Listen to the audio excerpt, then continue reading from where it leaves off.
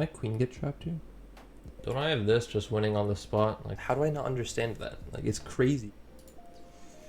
Welcome to today's video. Okay, we get black. I'm in a little bit of a slump right now regarding my chess, and I don't really know how to fix it. I've been doing puzzles, like I've been playing a lot of chess, but I just can't seem to break it right now, which kind of sucks. If castles, I have a trick. Knight takes. Okay.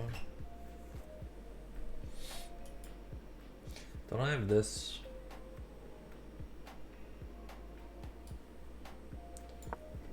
Thought this is a line. Maybe I'm just hallucinating, but I thought this was a line.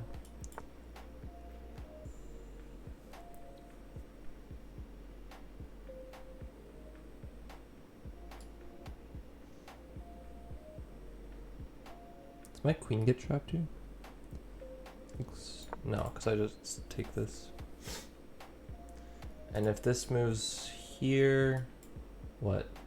Knight here. It's a little bit weird of a position. Don't I have this just winning on the spot? Like, don't I just win a full piece?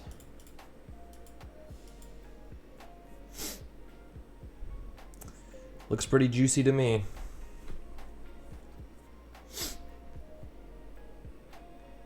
Takes.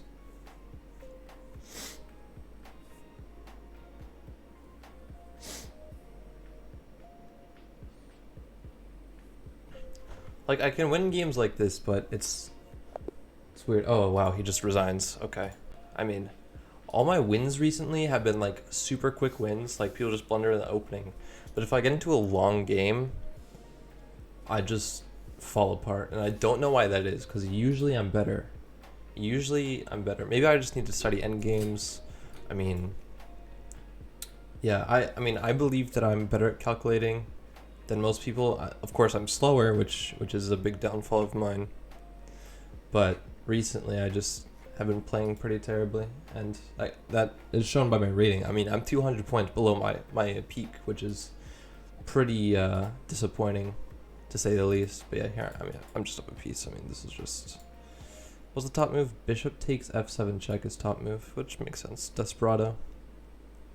Just take with the rook. Yeah. Anyways, game review time.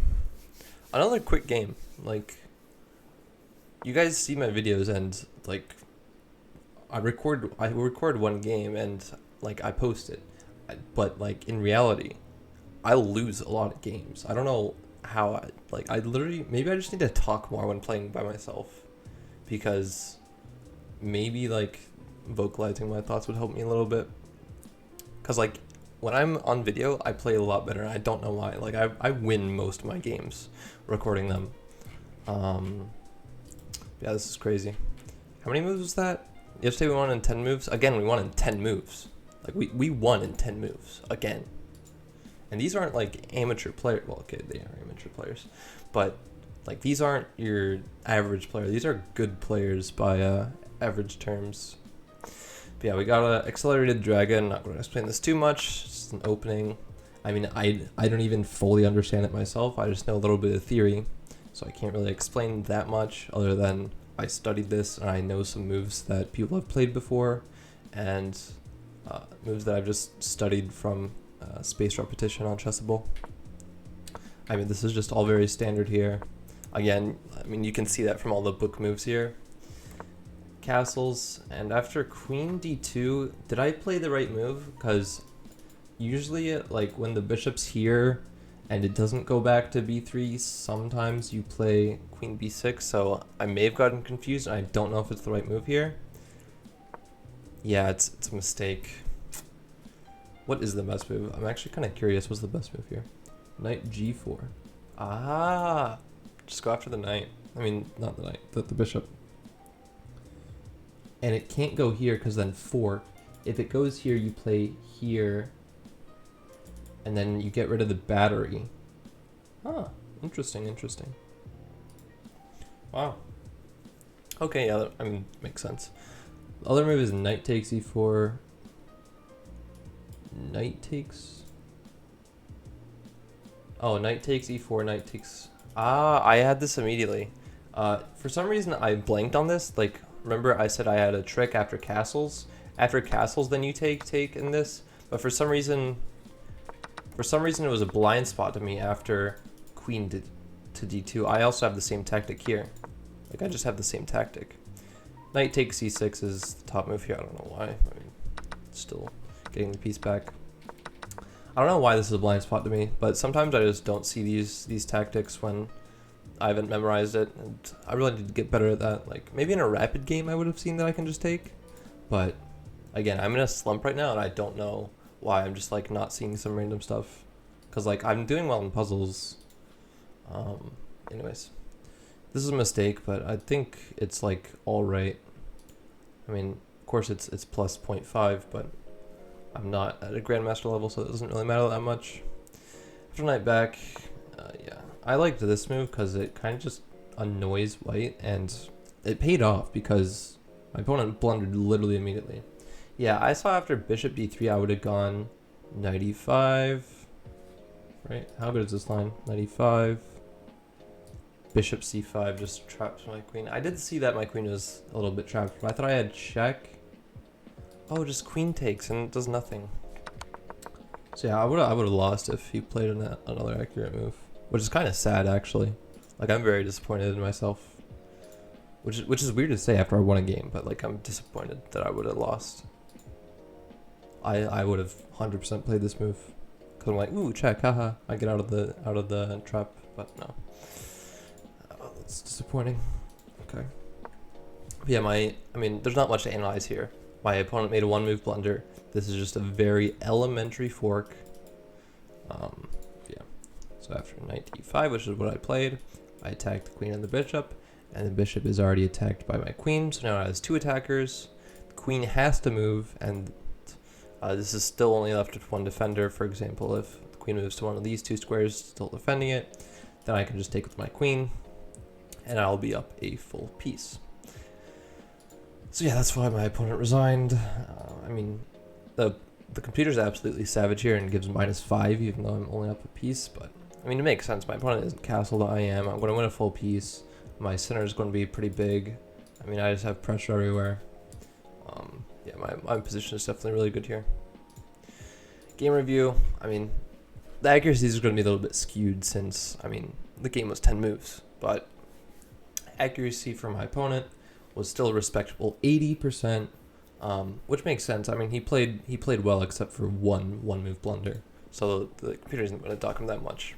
And for me, I got a 92.4, and the reason it's a little bit low is because the queen b6 mistake, even though like it ended up winning me the game, it was not objectively good. So that's how you should review your games.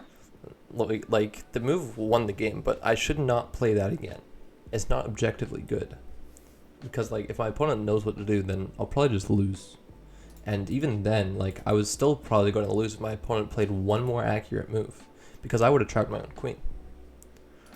Like, I probably would have just trapped my own queen because without even thinking, because I'm like, okay, I can play knight e5 because I can take the bishop with check, but the queen replaces the bishop, and you don't have any defended squares here that you can get to. So yeah, estimated rating, again, it's a little bit skewed, but my opponent actually still got a good estimated rating since opening accuracies are usually relatively high because computers can't evaluate it that well. But yeah, my opponent had an estimated rating of 1900, pretty respectable, especially that's 200 points above his actual rating. So good job to my opponent, even though it was a one-move blunder. It happens to the best of us. I mean, like recently I've been watching a lot of master games on chess.com to try and also find like a new way to learn, like try and predict moves as they're making the moves, and that's how I've been trying to learn recently. Not too much success, obviously, since I'm still at 1800, but it's new, so I'm still working on it.